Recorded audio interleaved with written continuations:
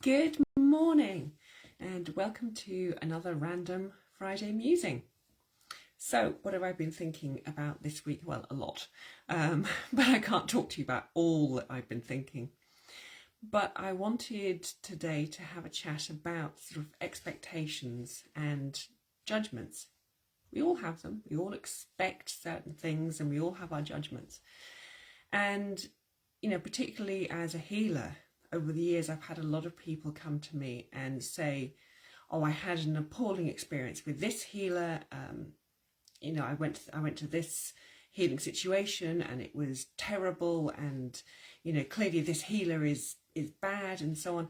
And it would kind of break my heart, and I'd think, "Oh, this is awful that there are these people pretending to care, to have wisdom, to whatever it is." Not saying that I know it all, no, not at all. But it would sadden me that there were situations out there that these people got into, and they had terrible experiences from healing. And now I'm kind of realizing that, everything has a place. Everything has a purpose. And that, when we go into a situation and we find that it's not something that we liked, something that we enjoyed, it doesn't always mean that it's not worthwhile. And it's not just in healing. We go through life and we have these experiences. We constantly have these experiences. Loads of experience. Every day we are experiencing something new, feeling something new. And what we do is we put our judgment upon it, and then we decide whether that experience is going to be termed good or bad. But in reality, it just actually means, did I like that experience? Did I resonate with it in a positive way? Or did I not like that experience and not resonate with it in a positive way?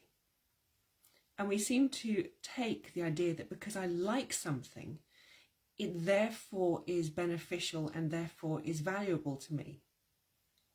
But actually, it could be the so-called less enjoyable negative experience that actually is far more beneficial for us in that moment. So we're very quick to sort of close a door and say, "Oh, that was a terrible experience, therefore it was bad for me." But actually, a lot of our terrible experiences in the short term are actually very, very good for us. They teach us, not to stick our hand in the fire. They teach us not to, I don't know, I can't even think, not to hang out with dangerous people or so. These experiences teach us a huge amount. And the thing is, they also teach us very, very quickly. A positive experience, it doesn't always register as well with us. We don't always fully engage with it and go, "Oh, I really, really like that. I want to have that experience again." It kind of comes in and just goes away and you think, "Yeah, that was nice." But when we go through something that is very powerfully negative, we really seem to take that lesson on incredibly quickly.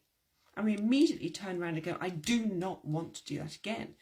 I can look back at some accidents that I've had, and the pain of the accident, has made me learn a lesson very, very quickly and say, "Right, I'm not going to be making that mistake again." So, when we put a judgment upon it, we can often just shut the door to learning. And whereas if we just say, "That was an experience, how did I resonate with it at that time?" Well, I didn't like resonating with it. That's okay. I don't want to do that again. I don't feel the need to do that again. But it doesn't mean that the experience that we didn't resonate with in a positive way is actually horrendous for us. It doesn't mean that it's awful. It is often about really finding the gift in everything, the gift in every experience. And when we begin to release our intense judgment of things, then we can really begin to appreciate all aspects of life and everything that we've gone through, and also to appreciate the people around us. And rather than judging someone and saying this person is good or this person is bad, we can begin to be with them as they are and just say, "Well, I don't need this person to change. I'm going to accept them as they are." And all of this releasing of our expectations it makes life much, much easier, much calmer. We are able to let go of things in a much simpler and easier way.